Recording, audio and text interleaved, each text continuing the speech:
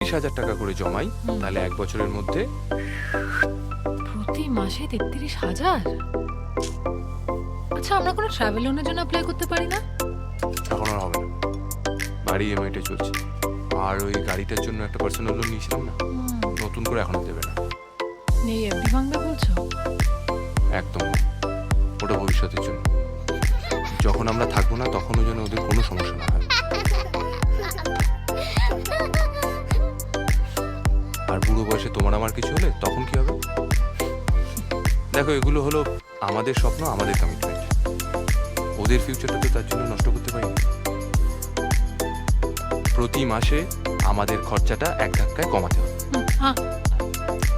আগামী 1 বছর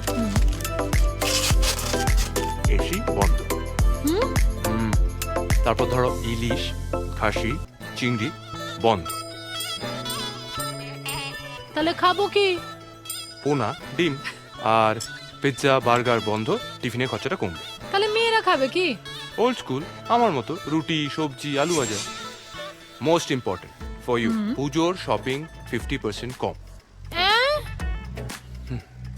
নতুন জামা না নতুন দেশ?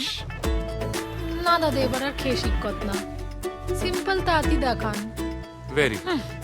আর এই মাঝে মধ্যেই বাইরে গিয়ে খাওয়াটা বন্ধ করতে হবে। না, আমরা ধরো 2 মাসে একবার রেস্টুরেন্টে খেতে যাব।